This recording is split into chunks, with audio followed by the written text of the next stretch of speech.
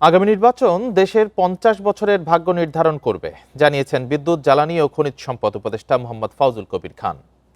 সকালে দিনাজপুরে গোরে শহীদ ঈদগাহ ময়দানে ভোটের গাড়ির প্রচারণায় কথা বলেন তিনি।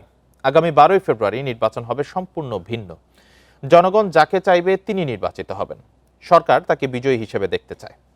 যারা সংস্কারের পক্ষে তারা হ্যাঁ ভোট দেবেন, যারা সংস্কারের বিপক্ষে তারা না ভোট দেবেন। কেউ কাউকে ভোট দিতে বাধ্য করতে পারবে না। অন্তর্বর্তী সরকার কোনো দলের পক্ষে নয় বলে জানান ফাউজুল কবির খান। সংখ্যালঘু ও আদিবাসী সম্প্রদায়ের মানুষ যাতে নির্বিঘ্নে কেন্দ্রে গিয়ে ভোট দিতে পারেন, এ বিষয়ে জেলা প্রশাসন ও পুলিশ প্রশাসনকে নির্দেশ দেওয়া হয়েছে।